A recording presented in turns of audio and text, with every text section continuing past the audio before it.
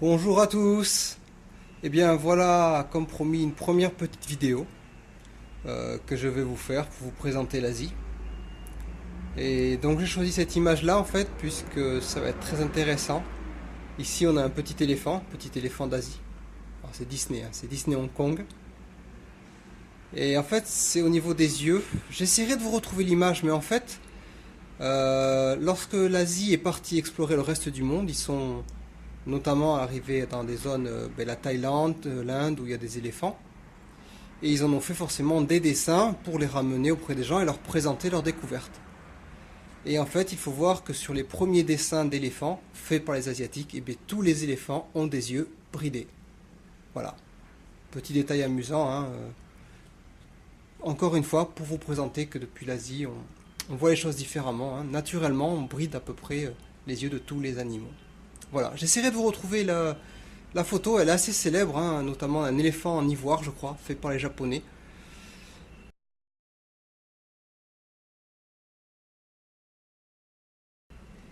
Voilà, et je voulais aussi vous présenter celui-ci, hein, ce petit mot-là qu'on voit ici, puisque ça c'est un mot chinois. Alors, c'est le fameux fou. Eh oui, en Chine, plus on est de fou, moins il y a de riz. Et bien voilà, fou, c'est ce mot-là. Alors, c'est le mot pour dire bonheur, joie. Et je vais donc vous parler justement d'un grand bonheur, d'une grande joie, celui de la naissance, hein. Comme je l'ai déjà dit dans la première vidéo, j'ai un petit monstre qui est né, qui dort en ce moment. C'est pour ça que j'en profite pour faire la vidéo, hein. J'ai pas les cris en arrière-plan, puisque ses dents sont en train de pousser. Et je vais donc vous montrer un petit peu au travers de cet épisode-là, il y en aura d'autres, la différence qu'il y a entre l'Asie et l'Europe quand on fait des bébés. Alors sur la base de comment on fait des bébés, hein, c'est à peu près pareil, tout le monde voit papa, maman ce qu'ils font ensemble. C'est pareil.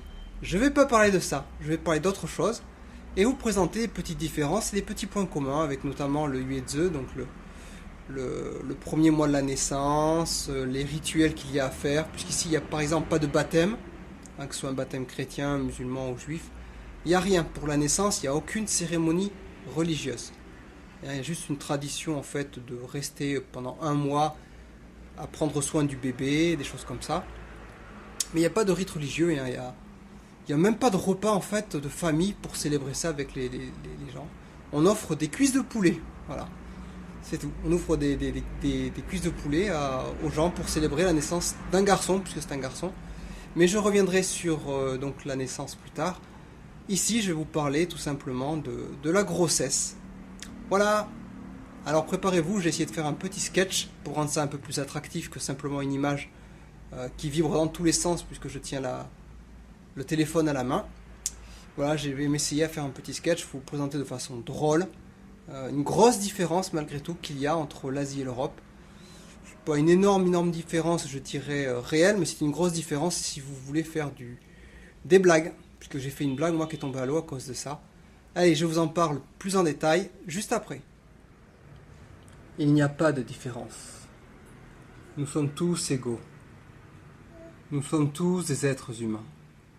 Tous des frères ici sur cette terre. Tous identiques.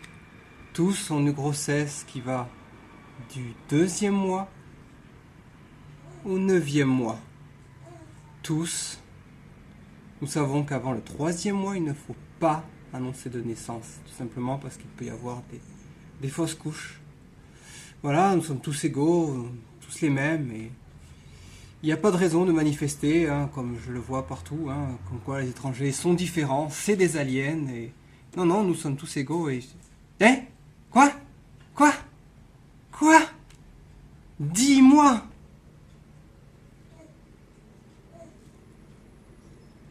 Les grossesses en Asie durent 10 mois. Mon Dieu. Ils sont différents. J'ai la preuve. Nous avons la preuve. Ils sont différents. Ce sont des aliens. C'est pour ça. Ah, je me doutais, leurs yeux bridés, la façon bizarre d'écrire leurs mots. Là, regardez-moi ça. Ça a ni queue ni tête. Ça a ni queue ni tête. Ah, ils sont différents. Ils sont différents. Ah. Ah là là, j'espère que vous avez admiré cette performance d'acteur. Ah, je suis au sommet de mon art, je ne ferai jamais mieux. Eh bien oui, ici en Asie, les grossesses durent 10 mois. Et non, nous ne sommes pas les Asiatiques ne sont pas des aliens, hein, ils sont tout à fait normaux comme les autres. C'est juste qu'il s'agit d'une façon différente de compter. Et donc par exemple, si cette jeune demoiselle avait eu ses règles le 1er janvier, et qu'elle faisait ensuite l'amour avec son petit copain ou son mari, eh bien en fait, fin janvier, elle n'aurait pas eu de règles. Selon le modèle européen, l'absence de règles, c'est le début pour calculer. Donc fin janvier, pas de règles, ok. Fin février, elle est à 1 mois. Fin mars, 2 mois. Ici en Asie, on fera, bien, mademoiselle, quand est-ce qu'avez-vous eu vos dernières règles? Elle dira, 1er janvier. Fin janvier, ça fait donc 1 mois. Fin février, ça fait donc 2 mois déjà. Et fin mars, ça fera 3 mois. D'où le fait en fait qu'il y ait 1 mois de plus pour la grossesse. Il commence tout simplement à compter 1 mois en avance. Enfin, un cycle de règles en avance. Ça fait à peu près 1 mois. Alors les deux systèmes de calcul sont aussi justes l'un que l'autre, puisque le petit est né entre début janvier et fin janvier. En Asie, on commence à calculer début janvier. En Europe, on calculera à partir de fin janvier. Voilà, donc c'est une petite illustration simple que je voulais vous faire de la différence entre l'Asie et l'Europe. Et pour vous dire également que, voilà, si comme moi vous vous amusez à faire une blague qui fait référence à 9 mois, eh bien ça n'a aucun intérêt et personne ne comprend. Quand je gérais mes projets dans la précédente boîte, on avait un gros projet qui a duré donc pendant 9 mois. Et donc au bout de 9 mois, on a eu le contrat, qui était à 200 ou 300 000 euros, un truc comme ça.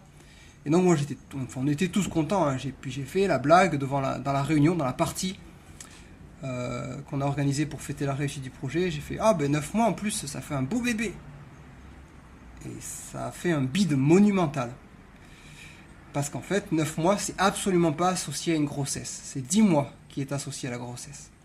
Donc voilà, sachez-le, si vous faites des trucs à 9 mois, ça marchera pas avec les Asiatiques. Il faut faire des blagues à 10 mois. Le 10 mois est associé